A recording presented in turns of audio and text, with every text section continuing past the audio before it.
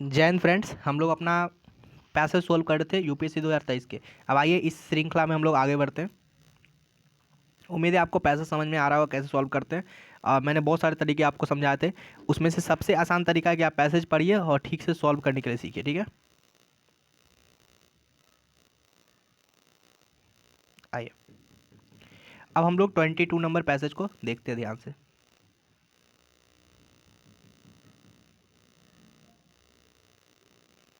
क्या रहा है, 22 नंबर पैसेज को ठीक से पढ़ते हैं। आइए, जब तक आप पैसेज समझिएगा नहीं आपको मतलब अच्छा सा आंसर नहीं निकाल पाएगा। पहला क्या है, कह रहा है सुचारू निगम शासन यानी कॉरपोरेट गवर्नेंस की बात कर रहा है, सुचारू तरीके से कि संरचनाएं कंपनियों के उत्तरदायित्व और नियंत्रण उपलब्ध कराने के लिए प्रोत्साहित करती है। कह रहा है आप जो कॉरपोरेट गवर्नेंस ला रहे हो, क्यों ला रहे हो भैया, ताकि वो जो रिस्पॉन्सिबल तरीके से काम करे और उन पे थोड़ा सा कंट्रोल हो। ठीक है, एक आधारभूत बेसिक कारण कि निगम शासन क्यों पूरे विश्व में आर्थिक और राजनीतिक एजेंडा की ओर उन्मुख हुआ है।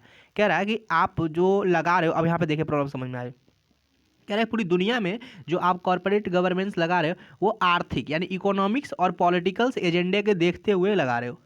कह रहा है अंतर्राष्ट्रीय जो पूंजी बाजार है वहाँ पे त्वरित समृद्धि है। इसके कारण जो त्वरित समृद्धि है मतलब तत्काल तो आपको बेनिफिट्स मिल रहा है। कह रहा प्रभावी निगम शासन अच्छा से जो आपको इफेक्टिव जो कॉरपोरेट गवर्नेंस है प्रतिष्ठानों के बाह्य वित्त पोषण की ओर पहुंच को बढ़ाता है। कह रहा है कि यदि आप अच्छा से कर रहे हो इफेक्टिव तरीके से कॉरपोरेट गवर्नेंस, तो आपको जो है उस कंपनी को बाह्य वित्त पोषण या बाहरी से ही पैसा मिलेगा और एफडीआई वगैरह आएंगे, जिसके परिणाम स्वरूप अपेक्षाकृत अधिक निवेश बढ़ेगा, उच्चतर समृद्धि होगी और रोजगार बढ़ेंगे। ठीक है, ये बात कर रहा है पैसेज। ठीक है, आई कह रहा है इसमें कि निवेश ऐसी जगह निधियन फाइनेंस का प्रयत्न करते हैं जहां प्रकटन के मानक, समय और सटीक वित्तीय रिपोर्ट और सभी हितधारकों के प्रति समान व्यवहार किए जाए। कह रहा है कि कोई भी निवेशक जो हो वो तभी इन्वेस्ट करेगा जहाँ पे कॉर्पोरेट गवर्नेंस पे कुछ सुझाव के तरीके दिए गए, समझिए ध्यान से, जहाँ पे आपके मानक सही हो, पैरामीटर आप सही लगा रहे हो, टाइम पे आप रिपोर्ट दे रहे हो, सर जानकारी दे रहे हो कंपनी को, अच्छा से सभी हितधारकों यानी कंपटीशन फेयर रख रहे हो, तभी कोई भी कंपनी आएगी। यानी इसमें कॉर्पोरेट गवर्नेंस के बारे में मतलब बताया गया। अब आगे देखते हैं, आइए अब हम पैसेज को फिर से समराइज कर दें ताकि आप समझें। कह रहा था शुरू में कि कॉर्पोरेट जो गवर्नेंस है आपका उसमें आपने बैन करा, सब कुछ करा इसलिए ताकि वो मतलब रिस्पॉन्सिबल हो सके और अकाउंटेबल हो सके। आगे कह रहा है, आइए सवाल पढ़ते हैं। निम्नलिखित कथनों में से कौन सा एक उपयुक्त परिच्छेद द्वारा युक्त अनुमान अनुमान देखिए अनुमान को सर्वोत्तम रूप से प्रतिबिंबित करता है। अब आपको देखिए अनुमान निकालना, अनुमान क्या होता है कि आप क्या प्रेडिक्शंस कर रहे हो, क्या आपका फ्यूचर प्लान है ना। ये इसको निकालेंगे कैसे, जो फैक्ट आपको दिए गए हैं, जो इन्फॉर्मेशन दिए गए उसका अप्लीकेशन करके। ये थोड़ा अप्लीकेशन बेस्ड क्वेश्चन जाएगा, पर आइए करके देखते हैं ताकि आपको समझ में आ जाएगा फट से। ऑप्शन पढ़ते हैं, इसका ए नंबर क्या रहा है ऑप्शन कि अच्छे बाह्य वित्त पोषण तक पहुंच सुनिश्चित करना विश्व भर में देशों का महत्वपूर्ण एजेंडा है। चलिए ये हो सकता है। दूसरा, सुचारू निगम शासन प्रतिष्ठानों की विश्वसनीयता को बढ़ाता है। ये तो साफ साफ दिया ही हुआ था।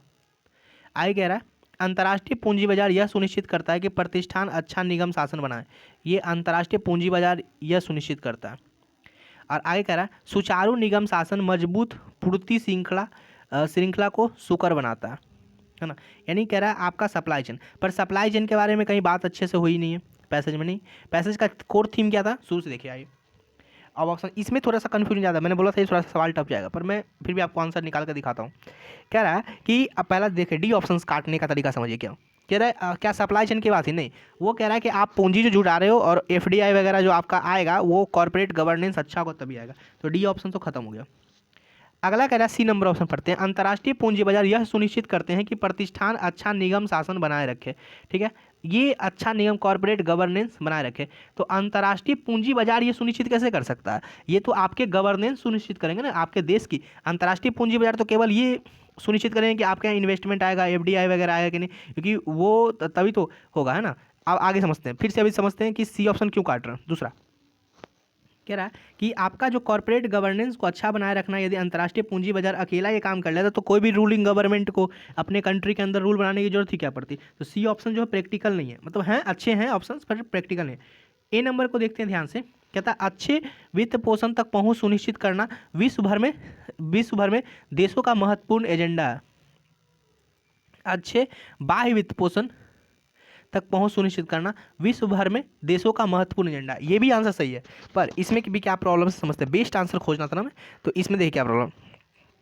ये बात तो सही है कि अच्छा फाइनेंस तक पहुंच जो है हर देशों का एक महत्वपूर्ण एजेंडा है, पर सिर्फ एजेंडा अकेला नहीं है, ये कॉर्पोरेट गवर्नेंस और रिस्पॉन्सिबिलिटी के साथ चाहिए, है ना। तो यहाँ पे ए ऑप्शन इसलिए कट गया क्योंकि यहाँ पे विश्वसनीयता और कॉर्पोरेट गवर्नेंस को पे बात नहीं हुई। अगला कह रहा है बी ऑप्शन देखिए, कह रहा है सुचारू निगम शासन कॉर्पोरेट गवर्नेंस जो प्रतिष्ठानों को विश्वसनीयता का बढ़ाता है। तो ये साफ साफ पैसेज में मेंशन भी था और इस पर तो कोई संदेह नहीं, इसीलिए ऑप्शन से बी हो गया।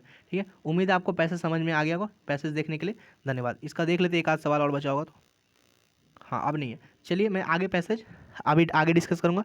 वीडियो देखने के लिए धन्यवाद। उम्मीद है आपको समझ में आ रही होगी।